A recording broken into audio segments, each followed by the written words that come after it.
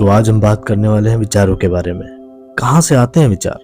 क्या तुमने कभी यह जानने की कोशिश की है कि विचार कहाँ से आते हैं, उनका स्रोत क्या है? या तुम रात में सोते हो तो मन और शरीर कहाँ चले जाते हैं? क्या नींद में तुम्हें उसका एहसास होता है?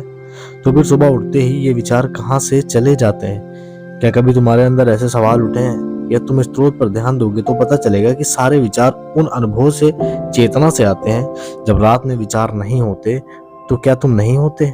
क्या विचार के बिना तुम्हारा अस्तित्व तो नहीं है? विचार नहीं तो तुम भी नहीं हो। क्या ऐसा है? जब विचार नहीं होते तब तुम कौन होते हो? उस स्रोत पर ध्यान लगाओ, उस अनुभव को अनुभव करो।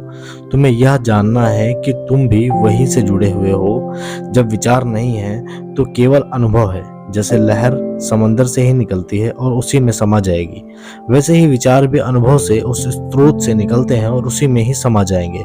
विचारों को भी उस अनुभव में समा जा मगर अपने आप को अलग मानने वाले विचार विलीन होने से डरते हैं, क्योंकि उन विचारों का अस्तित्व खत्म होने लगता है और यह विचार हमेशा बने रहना चाहते हैं। विचारों को लगता है कि मैं नहीं रहूंगा तो क्या होगा, काम कैसे होंगे, मैं सोचता हूँ कि तभी तो कार्य होते हैं, मेरी वजह से सारी क्रियाएं हो रही हैं। मगर तुम्हें यह समझना है कि विचार जहां से आ रहे हैं वहां से हमेशा आते रहे और भविष्य में भी आते रहेंगे।